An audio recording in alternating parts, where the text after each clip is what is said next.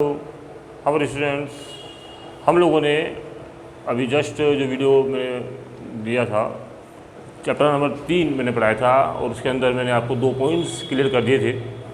आज chapter number 3 सामाजिक असमानता एवं अपवर्जन के प्रतिरूप, जाति पूर्वाग्रह, अनुसूचित जातियाँ, राजस्थान की अनुसूचित जनजातियाँ एवं अन्य पिछड़े वर्ग, महिला समानता का संघर्ष मैंने लास्ट वाले वीडियो में पढ़ाया था आप लोगों को।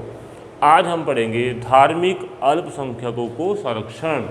धार्मिक अल्पसंख्यकों को संरक्षण के बारे में हम आज पढ़ेंगे। आप लोग ध्यान से वीडियो को देखें, समझें। भारतीय राष्ट्रवाद समावेशात्मक एवं लोकतंत्रात्मक भावनाओं का संरक्षक है। भावनात्मक भावनाओं का संरक्षक है। यह समावेशात्मक इसलिए है कि इसमें विविधता और बहुलता को मान्यता दी गई है। समावेश कर लेता है ये हर किसको।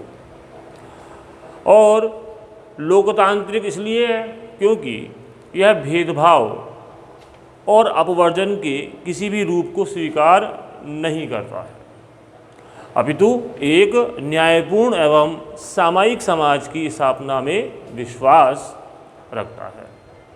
अल्पसंख्यक समूह की धारणा का समाजशास्त्र में व्यापक अर्थ में प्रयोग हुआ है, परंतु इसकी परिधि मात्र एक संख्यात्मक विशिष्टता तक निश्चित नहीं की गई है। इसकी व्यापकता में असुविधा या हानि के भाव भी सम्मिलित हैं। अल्पसंख्यक शब्द का समाजशास्त्रीय भाव है, अब ध्यान दें, कि अल्पसंख्यक वर्ग के सदस्यों का एक सामूहिकता के मध्य निर्मित होना, अर्थात उनमें अपने समूह के प्रति एकात्मकता, एकजुटता और उससे संबंधित होने का प्रबल भाव होता है। अल्पसंख्यक की अवधारणा क्या है?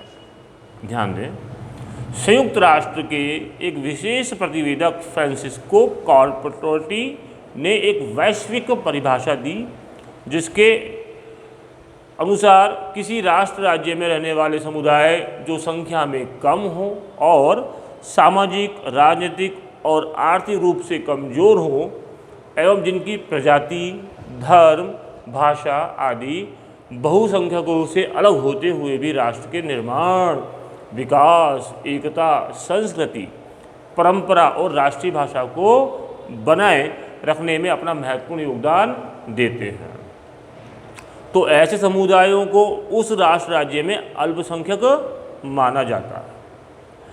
अल्प प्लस संख्यक दो शब्दों से मिलकर अल्पसंख्यक बना है।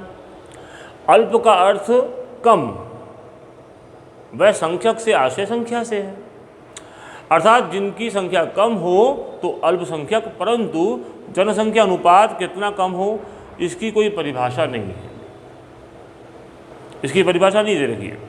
अंतर्राष्ट्रीय नियमों, परंपराओं, मान्यताओं के अनुसार किसी भी धार्मिक समूह को अल्पसंख्यक घोषित करते समय निम्न मापदंड होने चाहिए। अब वो मापदंड क्या होने चाहिए? ध्यान दें, अल्पसंख्यक धर्म के अनुयायी की जनसंख्या अनुपात कुल जनसंख्या का 8% से कम हो, 8% से कम, और 8% या उससे अधिक की जनसंख्या अनुपात वाले धार्मिक समूह को अल्पसंख्यक श्रेणी में नहीं रखा जा सकता, परंतु यह मापदंड अंतर्राष्ट्रीय मानकों के अनुसार है, किसी पर्टिकुलर एक देश के अनुसार नहीं है।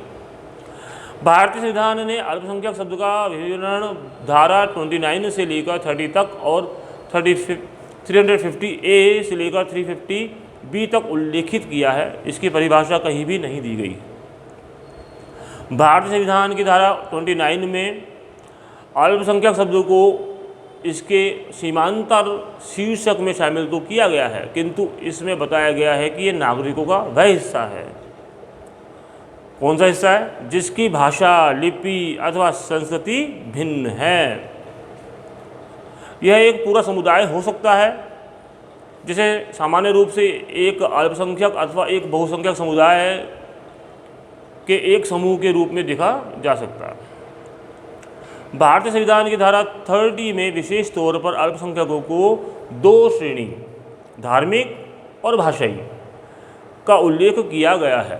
शेष 2 धाराएं 350A और 350 बी केवल भाषाई अल्पसंख्यकों से ही संबंधित है।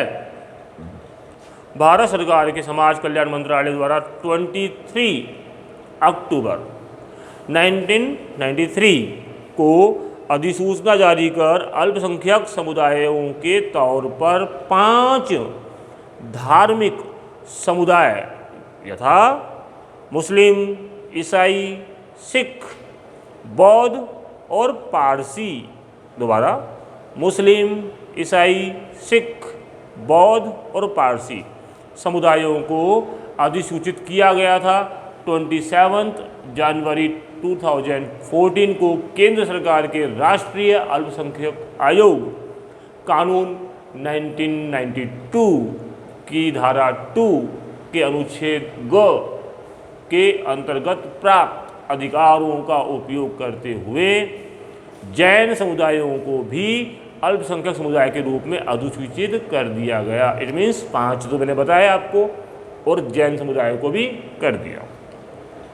2011 की जनगणना के अनुसार मुस्लिम धार्मिक अल्पसंख्यकों की संख्या 17.22 करोड़, इट मीन्स 14.2%, ईसाइयों की संख्या 2.78 करोड़, इट मीन्स 2.3%, सिख और बौद्ध धार्मिक अल्पसंख्यकों की संख्या 2.08 crore, it means 1.7%, 84 lakh, it means 0.7% क्रमशः जैन धार्मिक अल्पसंख्यकों की कुल जनसंख्या 45 लाख 0.7% तथा अन्य 78 लाख यानी 0.7% हैं वर्तमान 2011 के अनुसार है।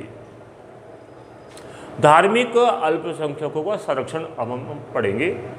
धार्मिक अल्पसंख्यकों के संरक्षण के लिए संविधान में भिन्न भिन्न अनुच्छेदों में प्रावधान किए गए हैं। इन प्रावधानों के पीछे उद्देश्य भारतीय लोकतंत्रात्मक भाव का संरक्षण एवं संवर्धन है। लोकतंत्र मूल भाव किसी प्रकार के विभेद का विरोध करता है। अल्पसंख्यकों के लिए उपबंध भारतीय संविधान के भाग 111 के अनुच्छेद 29 और अनुच्छेद 30 में अल्पसंख्यकों के वर्गों के लिए विशेष प्रावधान किए गए हैं। वो प्रावधान क्या है? संविधान में अल्पसंख्यकों के हितों की रक्षा के लिए जो उपबंध किए गए वो निम्नांकित, ध्यान से देखें, सुने। नंबर फर्स्ट है धार्मिक स्वतंत्रता। क्या कि भारतीय संविधान सभी अल्पसंख्यकों को धार्मिक स्वतंत्रता प्रदान करता है। संविधान में किसी भी धर्म को अग्रसर करने के लिए कोई उपबंध नहीं है। ख भाषा और संस्कृति का अधिकार। राज्य के प्रत्येक नागरिक या उसके किसी भाग के निवासी नागरिकों के किसी अनुभाग को जिसकी अपनी विशेष भाषा, लिपि, संस्कृति है उसे बनाए रखने का अधिकार देता है।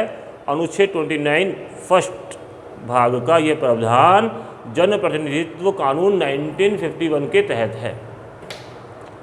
फिर इच्छानुसार शिक्षा संस्थानों की स्थापना। इच्छानुसार शिक्षण संस्थानों की स्थापना, इसमें क्या है कि अनुच्छेद 30 के अनुसार सभी अल्पसंख्यकों को अपनी इच्छानुसार शिक्षण संस्थाएं स्थापित करने का अधिकार है।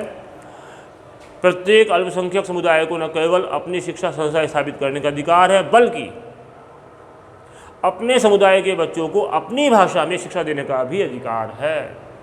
इसमें कोई राज्य कुछ भी नहीं कर पाएगा, अधिकार दे रखा है। शिक्षा संस्थाओं के संबंध में राज्य द्वारा विभेद नहीं होगा।